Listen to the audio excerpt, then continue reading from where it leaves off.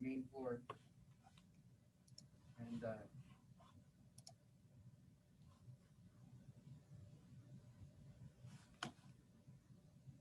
it, it's $350 a month, so it's not too bad. Wow, yeah, that's not bad. There is 2 rooms open right now, though.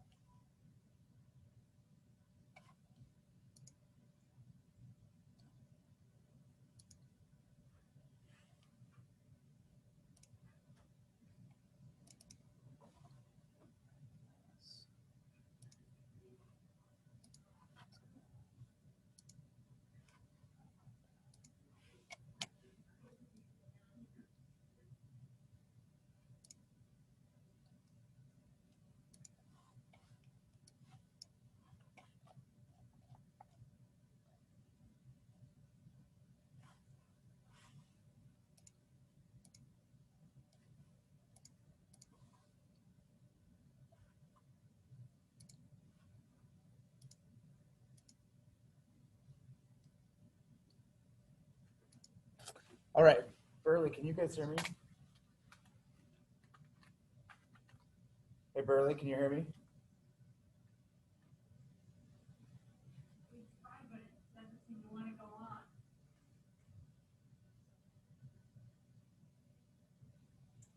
What doesn't want to go on?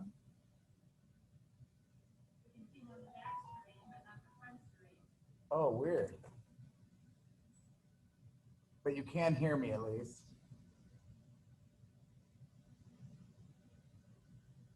No? Can anybody hear me? Burley, Haley? Nobody's in Haley? Yeah. Somebody is in Haley? Oh, no. No, that was Burley. Okay, so Burley can hear me, but you can't see the screen. The front screen isn't coming on. Okay.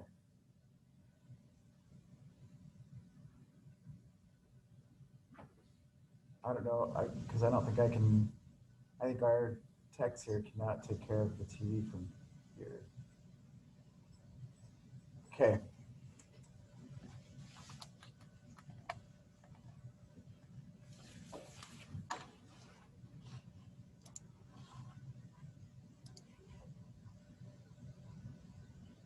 Let's see. Yaslin, can you hear me? Okay. I can hear you very well. Okay. Well, let's get started. We don't have a lot of people here this morning, but I think the best. I've got a lot of material to cover. The plan this week will be to go over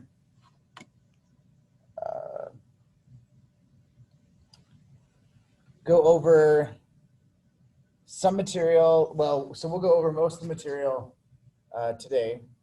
I'm going to try and get through all of this material today. And then on Friday, so this week's, if you haven't done the reading yet, this week is all about philosophy around the world. And so what we'll do today is we'll talk about some of the world philosophies, and then come back to Greek philosophers on Friday. So the idea is that on Friday we'll talk about Greek philosophers, just because that's, you all have probably gone over and over Aristotle, Plato, Socrates, right? Like you all. Anyway, so we'll talk about them on Friday, but Monday and Wednesday will be both both days will be the same lecture, right? So let's get into the book.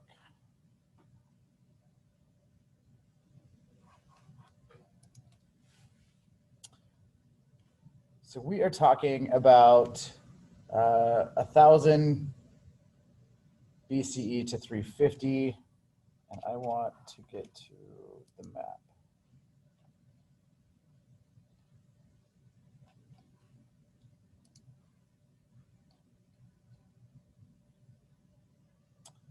So this is talking about the global, oh, you guys on Zoom can't see that, can you? Let me share the screen here. We're talking about these different empires. That's what we were talking about last week. And this week we're going to talk about several different areas.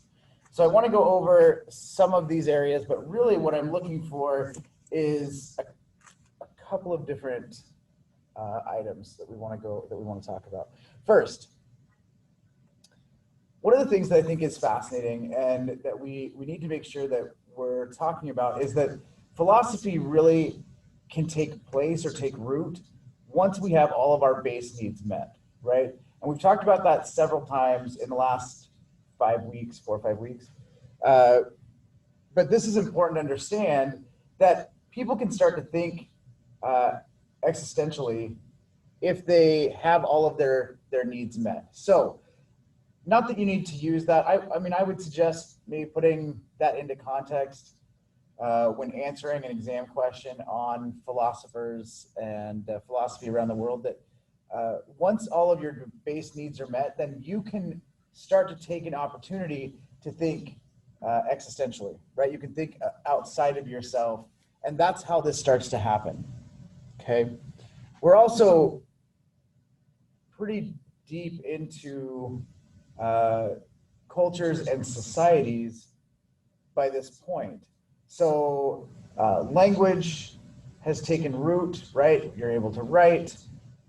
And because of that, now you can start to think, your intellectual prowess is building. And so you're able to think about these things. So I want to talk about a couple of different pieces here, and we're going to go through pretty quickly, actually.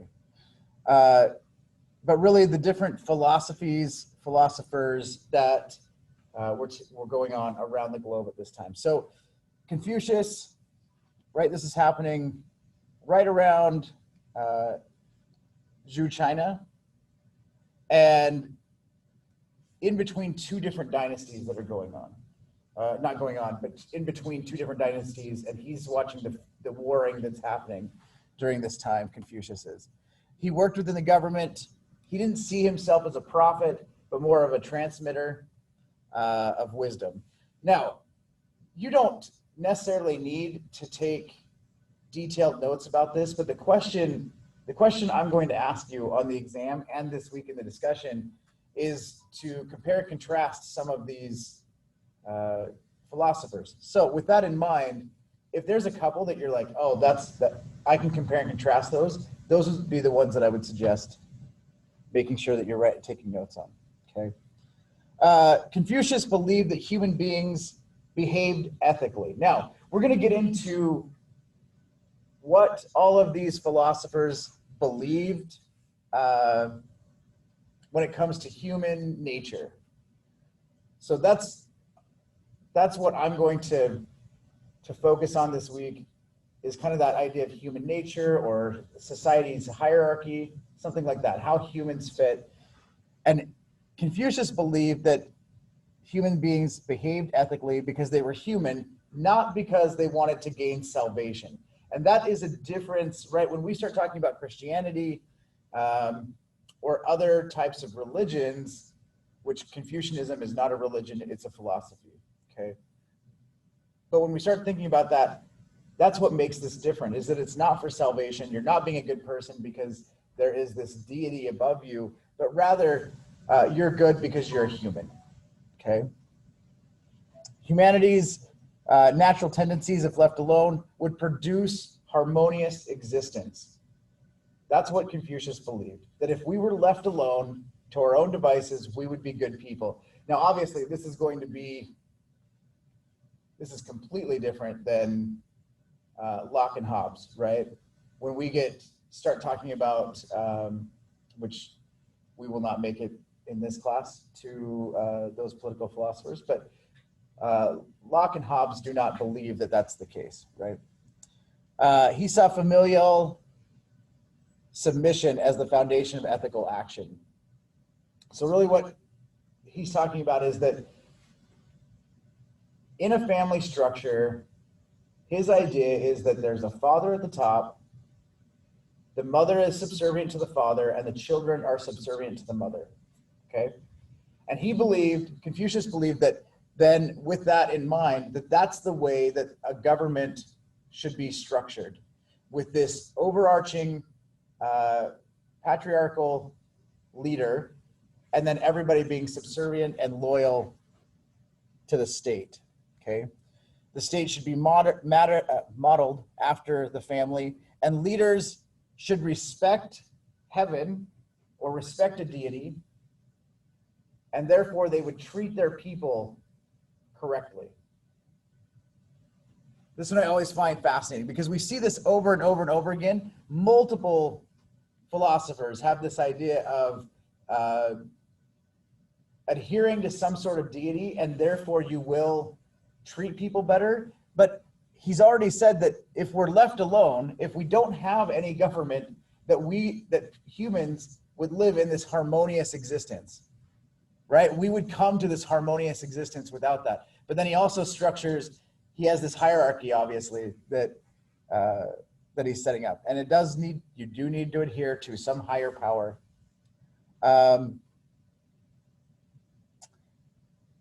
He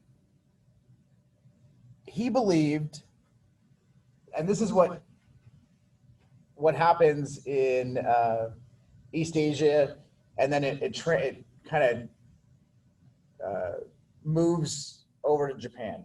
But it happens in China, and Confucius is really the basis of Chinese thought. His idea is that there should be a respect for scholars, a commitment to broad education, and training for highly intelligent people, and for those people who are willing to work. Okay, he puts an emphasis on gentlemen rulers. Gentlemen rulers are people who are not in the hierarchy in the aristocracy by birth or by job, but rather they are in the hierarchy because they are learned and because they work hard. Okay. There is still that social hierarchy, but it's based on education, not birth. And then the moral framework that Confucius stresses is humanness, correct performance of ritual. This one is, right, like humanness is one, and that's pretty easy to explain and understand, that we're just human, right? Human, that's going to be the moral framework. We're human, so we're going to be better to everybody else, right? Other humans. Perfect or correct performance of ritual, it means that you are performing rituals with exactness. Okay. Loyalty to the family, and then perfection of moral character to become a superior man, a man defined by benevolence, goodness, rather than profit. So Confucius believes that if everybody would strive to be that superior man, that you would treat people benevolently and with goodness, out of the goodness of your heart rather than for profit. Okay. And then lastly, Confucius believed that if we really lived this way, if we were human and treated each other well, that we were benevolent, that we weren't seeking profit, that then we wouldn't need harsh laws. We wouldn't need harsh punishments. Okay. The idea is we would treat each other kindly, and therefore we wouldn't need those laws set up. Does that make sense? That's his whole idea with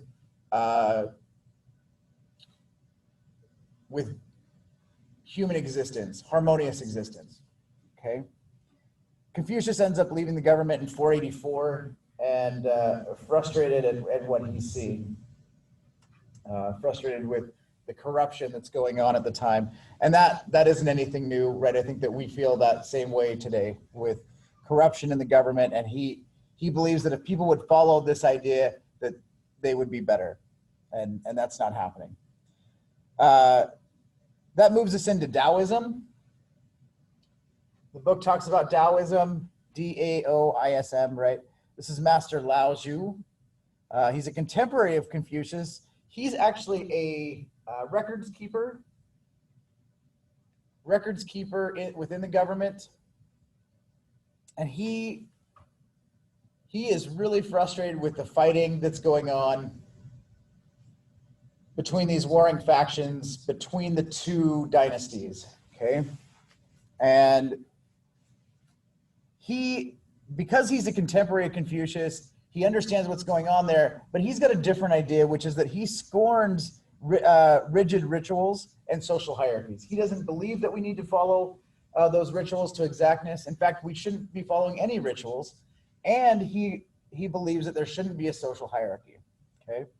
He believes in the natural order of things. That natural order then leads us to spontaneity, no interference, and then acceptance made up of wu wei or do nothing. Wu wei, do nothing. Okay, so we should not get involved. That's his whole idea. He believed that the leader who interfered the least was the most successful. And I don't know what to think about this one. I always think, yeah, that's a great idea, that the leader who interferes the least might be the best leader. But at the same time, there are things that happen that you need a leader, but he's saying that we don't. He says that you just let the natural order of things happen, and then we wouldn't need a leader there at all, okay?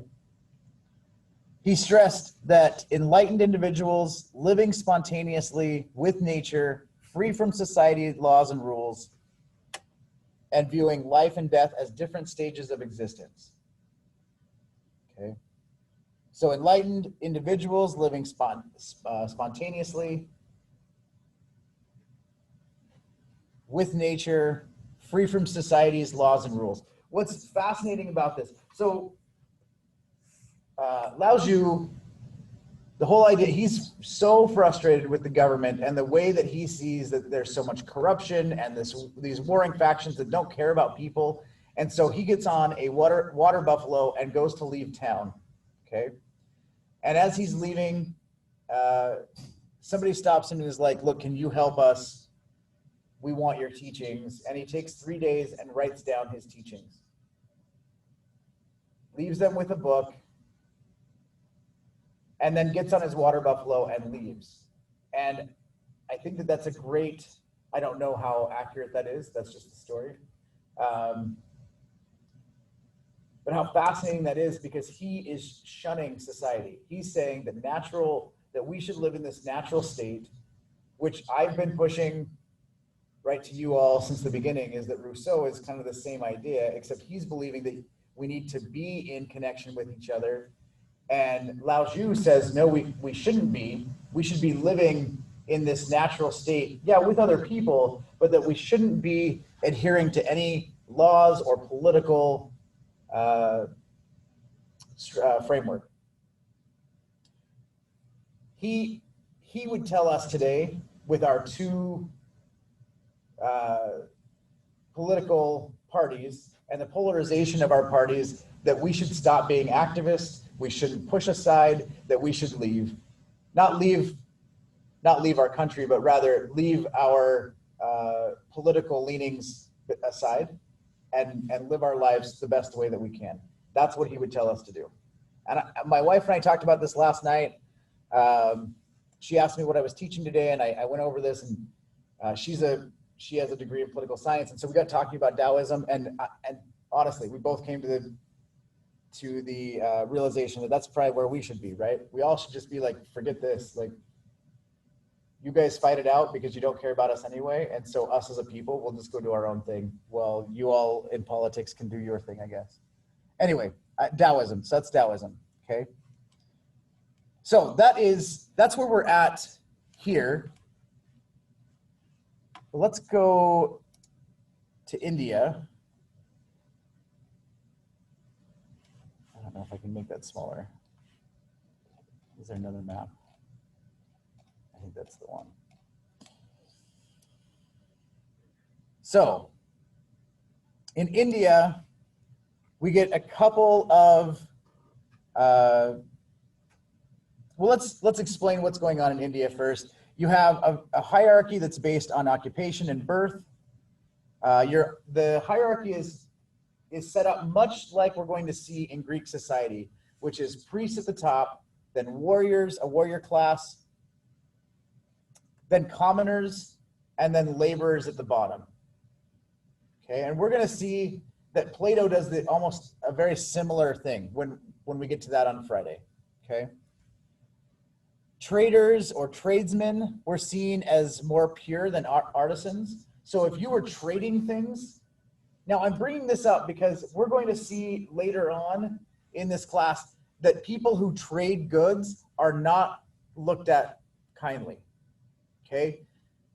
But in India, people who are trading are seen as better than artisans. Goldsmiths were seen as a higher status than those who worked with iron or copper. And then I always think this is interesting. I mean, if you're reading, there's a lot more to it, but these are points that I'm pulling out of the reading that I think are important for you to understand. Intermarriage is banned because they don't want people moving out of the hierarchy. You are supposed to stay in the hierarchy. So this banning intermarriage closes social mobility. Okay. So you cannot marry outside of your social class. That closes social mobility. Okay. So that is the social structure in India at this time. With that in mind, Maurya is a 30-year-old man. He starts Jainism. And his whole idea is that life needs to be devoid of secular pleasures. So he's going to go live his monk life, right? He doesn't believe that there is, well, it's not that he doesn't believe. He believes that there are deities, but he believes that the universe is going to do what it's going to do, regardless of if a higher power is pushing some agenda or whatever. He believes that the universe obeys its own rules. Okay. And so what you need to do is purify your soul and attain eternal bliss. So his idea is asceticism, or this idea of not giving yourself any pleasures. Okay, rather that is the highest power, is that if you can make sure that you are not giving yourself any pleasures, that then you can focus on knowledge and you can become a better person and it will purify your soul. Okay. He believes that reincarnation and then not hurting others. And when we talk about not hurting others, Jainism is such an interesting thing because you cannot hurt anything. Okay, it is extreme non-violence. So you're not hurting anybody, but also you're not hurting other animals.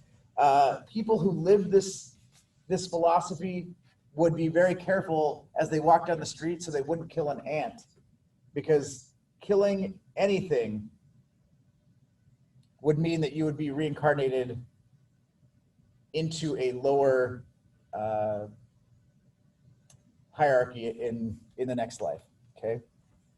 The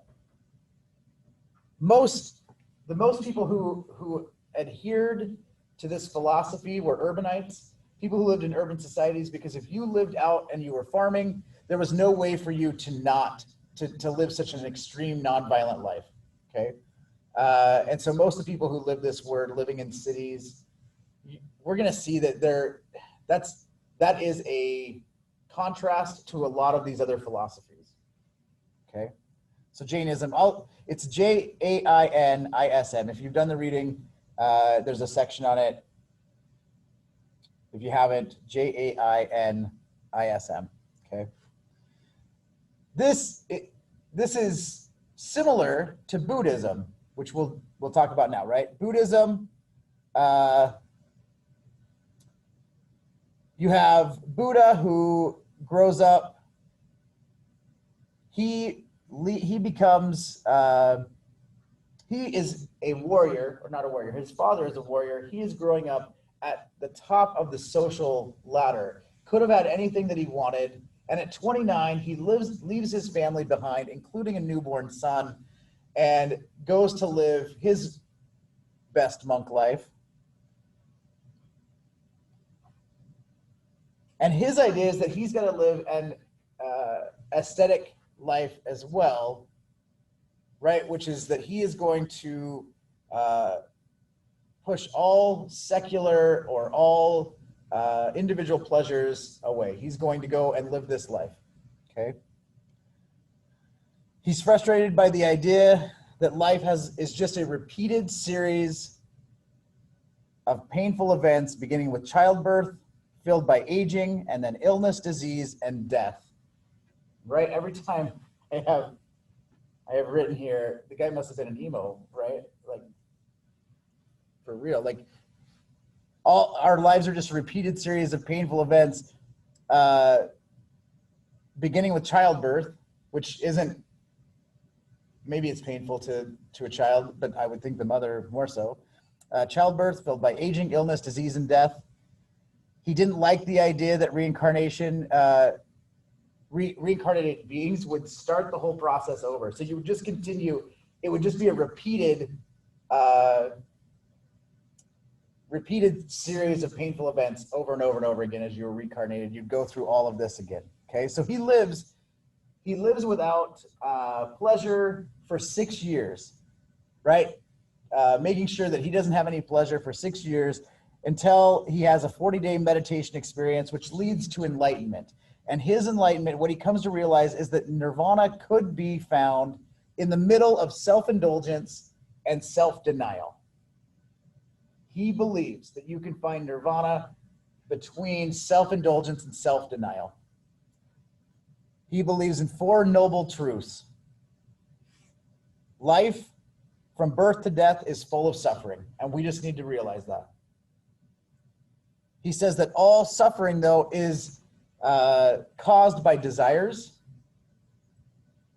that the only way to rise above suffering is to renounce those desires, right? So that's the third of the 4 noble truths.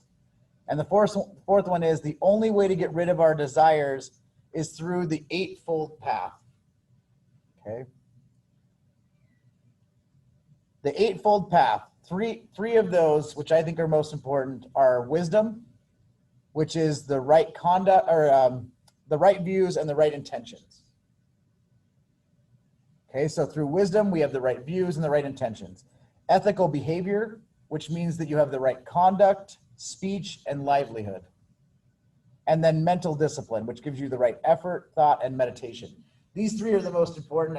I mean, there are eight of them, but wisdom, ethical behavior, mental discipline. Okay. So we're going back, the 4 noble truths. We've got to understand that there is suffering. All suffering is caused by desire. The only way to get over that is by renouncing desire. And the only way to get rid of the desire is through wisdom, ethical behavior, and mental discipline. Okay. This left no room for deity, which the Indian government did not like. Okay. But its simplicity gave rise to all of these followers who were like, I can live that, I can do that, I can work on that. Now, I think that it's harder than just saying I can do that. Buddhism is harder than that. But you had a lot of lower class people, urban merchants, and farmers who could join Buddhism because they didn't have to be wealthy to give some sort of tithe or to be part of the government or anything like that. They could join Buddhism and they could do it individually, and they didn't have to pay something to one of the deities. Okay, so lower classes liked it because it was an equalizing philosophy, right? Everybody is the same, and this is the way that we're working. It kind of breaks down that social hierarchy. Okay.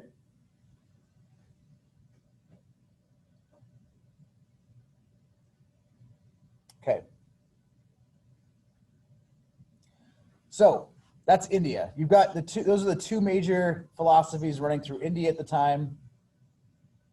compare and contrast those with what's going on in East Asia at the time. We'll jump over to the Americas. So at 1400 BCE, there began to be a shared common belief system. Okay. This was the Chauvin of the Americas, 1400. It's an artistic tradition manifested in a devotion to many deities. Okay, so it's polytheistic, many deities. Their practices revolved around a spiritual complex. Let's, because I think that there is, oh, it's the Olmecs one, right?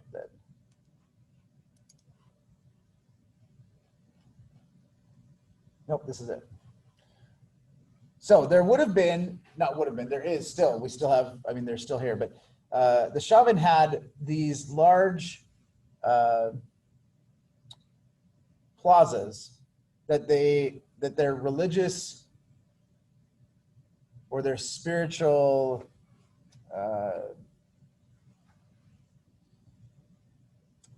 practices kind of revolved around. And you had these tunnels and passageways in and out. Here's one of the passageways, and you've got what looks like a snake on here. I think it tells us etched with snakes, felines, and humans combined into one hybrid supernatural form. Okay, so we've got these temples, and they are practicing spirituality within these temples. Okay, and it all revolved around this complex. Okay, dramatic passageways and tunnels, and then hallucinogenic drugs led to amazing spiritual rituals. Okay, deities looked like animals, partly because they believed that animals had this spirit-like quality. Okay, so you would have jaguars, serpents, hawks. They would bare their fangs or their teeth, their fangs, their claws, as a way to remind people of their powerful nature. Okay. This is an interesting one because it is one of the earliest that we see here in the Americas, and because of that, we just know that it goes away about 400 BCE. Okay, so at about 400, it kind of dissipates, and we see other philosophies or other religions picking up these pieces and kind of running with some of them, but it's not the same as what's going on between 1400 and 400. Okay. Around 1500, so this is earlier than the Chauvin, the Olmecs have their own philosophy. The Olmecs are a complex Mesoamerican society. They're made up of small villages, and then there is this large overarching empire, if you will. It's a confederation of these small villages, and they've got a social structure, a social hierarchy. They've got one common culture, language, rituals, and deity. Okay, so they all have that. These are all points that we've talked about already, in that this is what creates them having this empire, right? Is that the Olmec Society, even though it's a bunch of smaller villages, they've got this overarching political system, and they're under one common language, common culture, common deity. Okay. The empire sustained itself through two different ways: trade and subsistence farming. Both of these is a way that a society can sustain itself, and obviously the best way. I was watching a video that my daughter was watching this weekend, and it gave the 3 phases of society. And it was talking about that if we were to colonize the moon, that we would have to get to the point where the moon would be able to take things out, right? It would have to be able to trade and sustain life. And I thought that's exactly how these societies are working at this time as well, right? So the first phase is that we've already been to the moon. So we've already been there. The second phase is now setting up a society where the resources are brought into the moon. And the third phase is the moon has its own resources that it's now trading and being able to sustain life. Brandon. What could be used as a resource in the rock, which is already on Earth? If you've seen any of the science, they tested the rocks, they're the same as on Earth. What could they use to trade? Yeah, I have no idea. That is not my area of expertise. I just think that it gave a good example for what's going on here, which is that, right, you have these explorers that come in, and generally they don't stay, they explore, and then other people come and they build up a society, but you need the mother country to continue to provide resources until you can get your own resources going. And once that happens, now you can take those resources back out. In my US history course right now, we're talking about the revolution. And part of this is that people came, and once they got here and started making their own things, then they were sending that stuff back to Europe to be turned into goods, right? So if we're talking about cotton plantations, they're taking cotton and they're not doing anything with it here. They're sending big bales of cotton back to Europe that then is being turned into clothing and then sent back to the Americas to be sold. And that's going to spark the Industrial Revolution. I mean, it's a whole cycle, right? Of, hey, wait a second, we could do that here. Why can't we do that? And once you can do that, and that's what's going on. The Olmecs have that already going on. They are being able to sustain their own empire because they have subsistence farming, which can feed the villages, and they're able to trade with other people. Okay. So their religious rituals also centered around plazas and city centers. The Olmec Society, they played, and I'm sure you already all know this, but they played this handball game, right? And the plazas had these large circles up on either side of the building. They'd have to kick a ball through it, throw the ball through it. And then whoever lost, whatever team lost, it was a very competitive game, but whoever lost was then sacrificed to these gods, okay? The Olmec Society ends abruptly in the first millennia.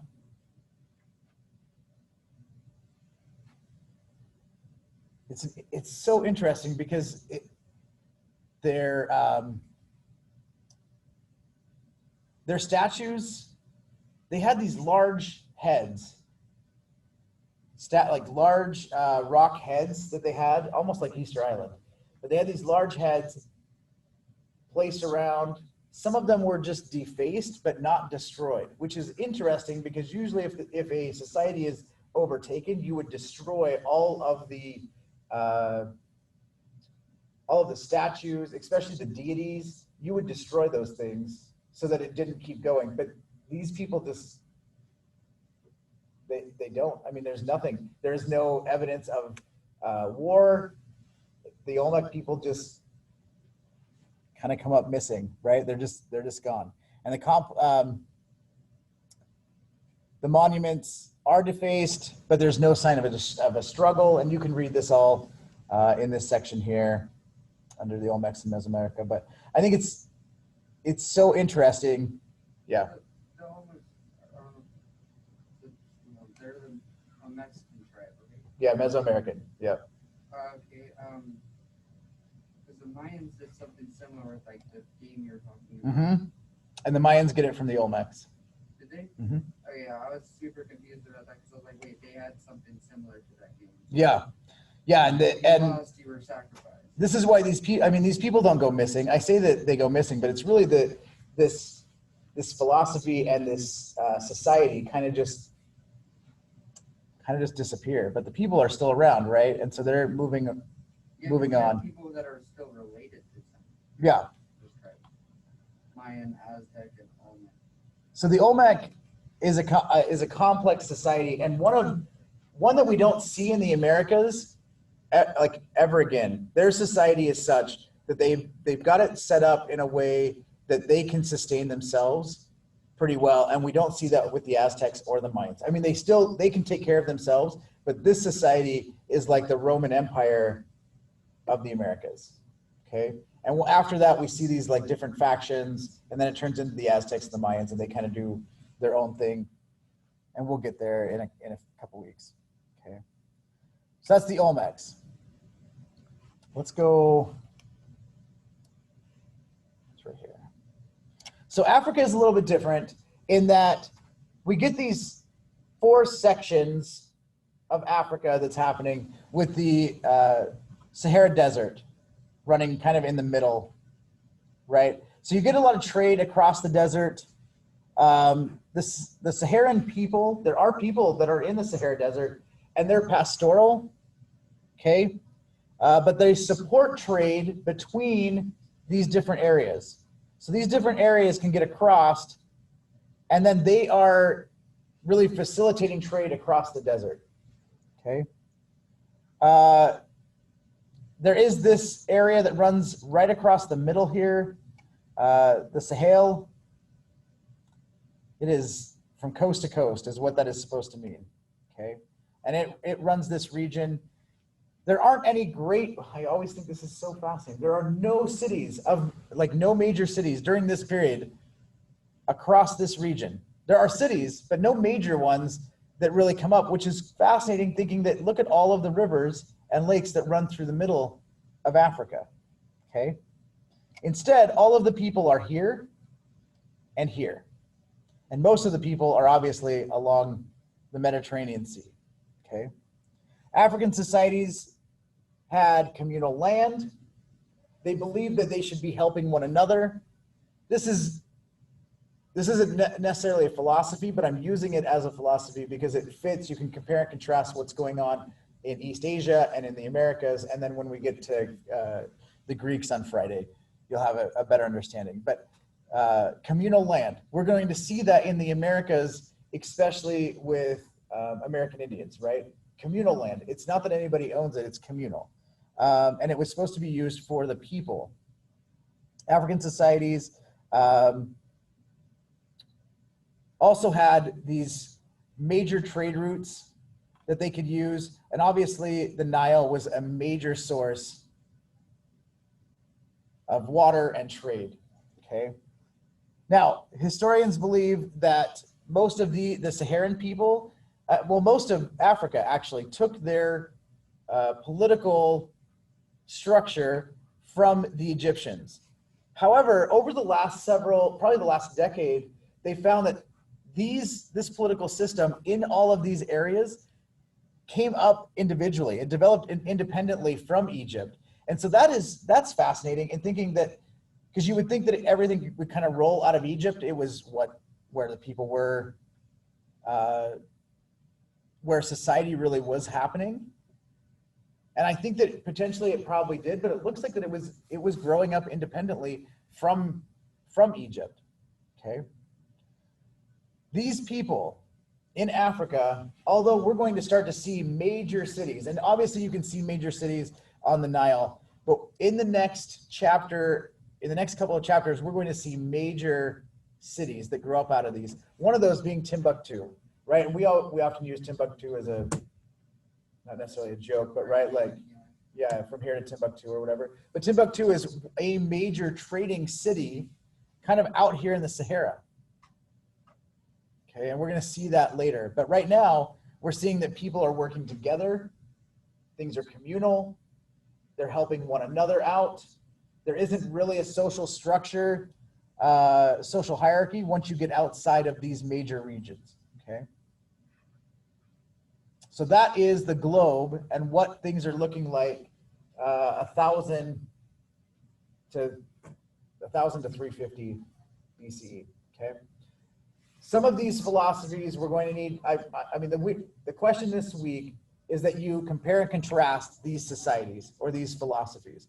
In doing that, I hope that you can see some comparisons and some contrasting elements to these different philosophies, because that's really what I'm looking for. On Friday, we'll talk about the Greeks, at which point I'll want you to be able to show, hey, I see that it wasn't just Socrates, Plato, and Aristotle that were doing this, but this is happening all over the globe.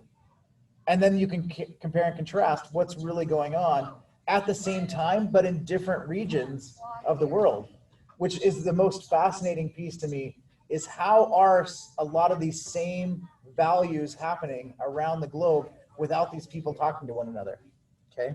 Right, today we could definitely see that there was a connection. We've got the internet, I can talk to other people. In fact, I think that that's part of our polarization right now, is that instead of talking to your neighbor and being able to be like, whoa, hey, this is crazy, right? And I lean left and you lean right, but we're still people. We find our communities online, and now you've got a bunch of people who think just like you, and there is no reason for you to go outside and talk to your neighbor. And in this case, there's so much distance between these philosophers. They're not talking to one another, but their philosophies are similar, okay? And that's what we're going to talk about, or not talk about. We'll talk about that on Friday as well, but your discussion question this week will be that. So, does anybody have any questions before I let you go?